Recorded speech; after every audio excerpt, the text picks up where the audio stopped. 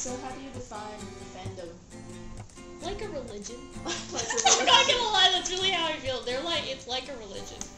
It's not even really a thing, it's more of an embodiment of everything. Liking a specific person or band or thing for what they are and being willing to like purchase merchandise and being able to try and sell the idea to other people. You just have to be an active member of it. You can't just like something and be in the fandom. Yeah, you have to know like everything about it. So. Well, not everything. Well, some people are new to it, but... Yeah, but like if you're a true fandom member, you know, So you go to the it's conventions. like a devotion thing. Yeah. It's a degree. It's like when I say Harry Potter is just a book, it's like a lifestyle, you know? Like, it's for It's real. a lifestyle. Yeah. Like, people almost worship the, just the, whatever it is, like the anime, the book, the game.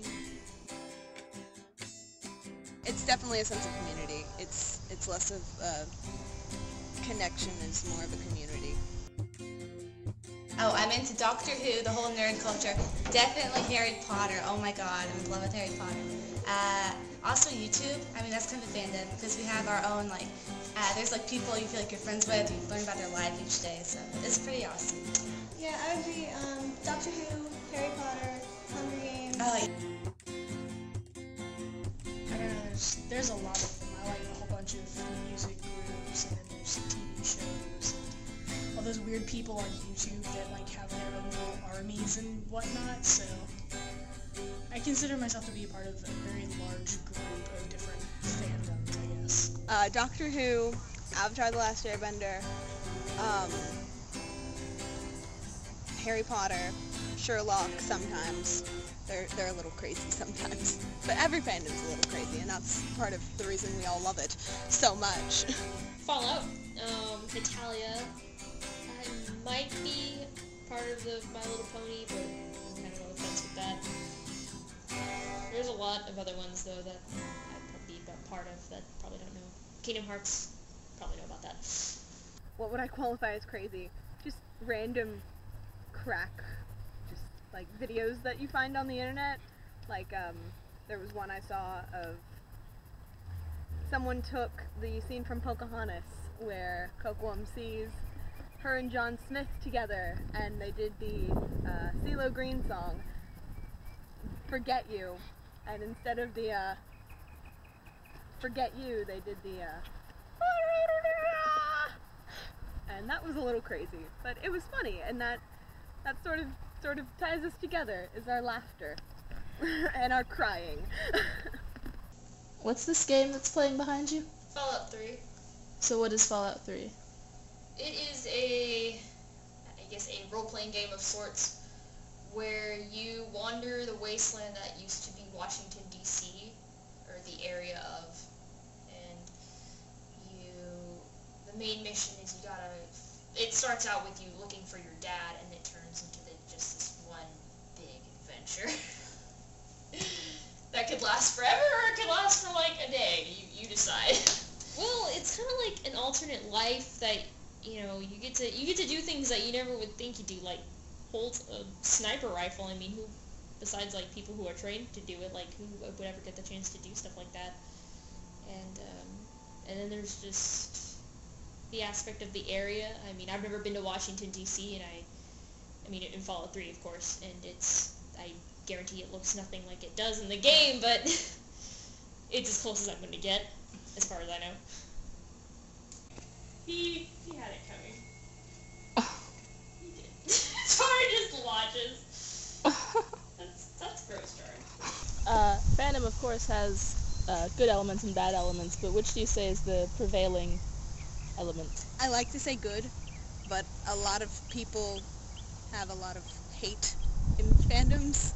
A lot of hate. But I think the majority of fandom are happy people. A lot of people in fandom, we're just generally happy people.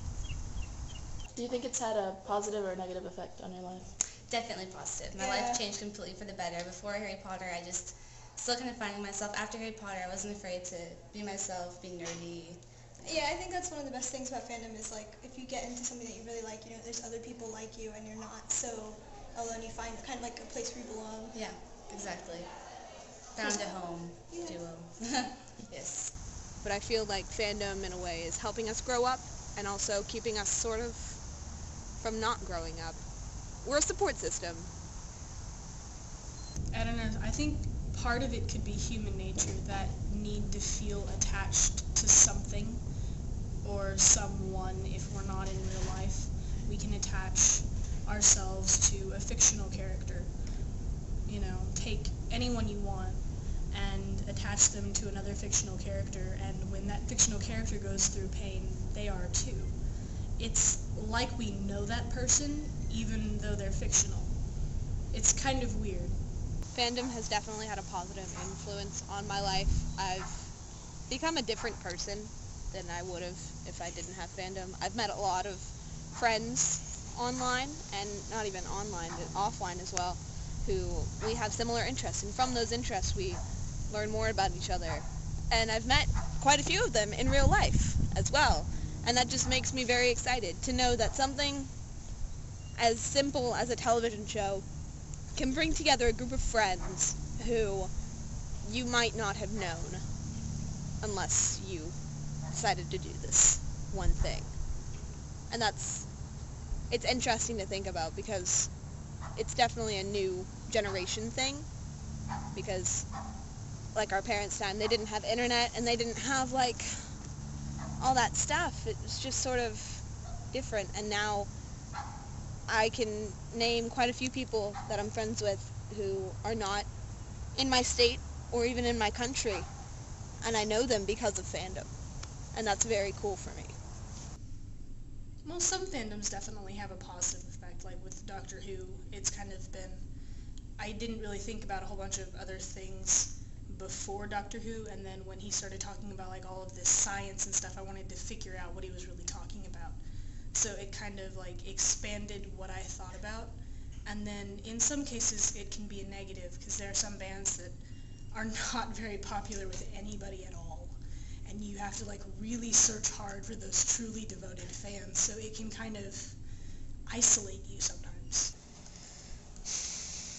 I have to go with more of a neutral, because it does kind of put you in a clique of people, and then there's other people who don't particularly like certain fandoms, so it's kind of, you kind of go into a zone where if you don't like this fandom, like, then people would think you don't get along with, you know, the other people in that fandom.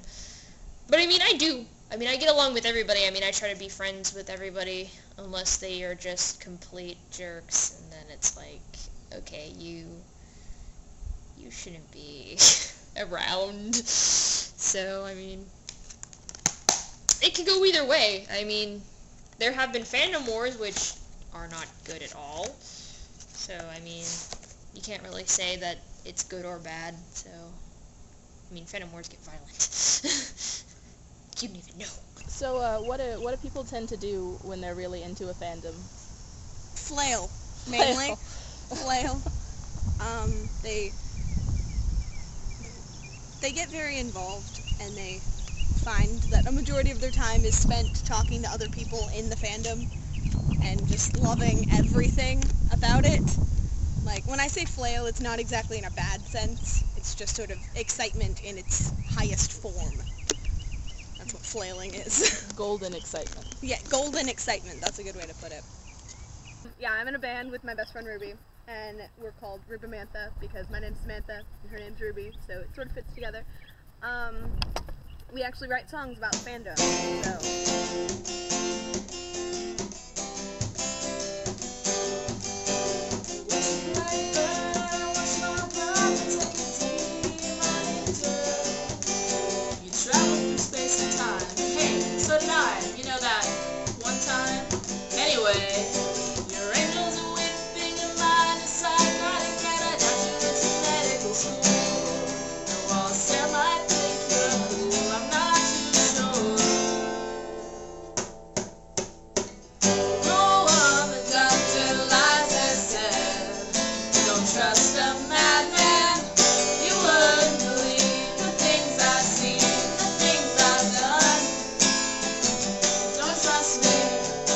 Trust me, I'm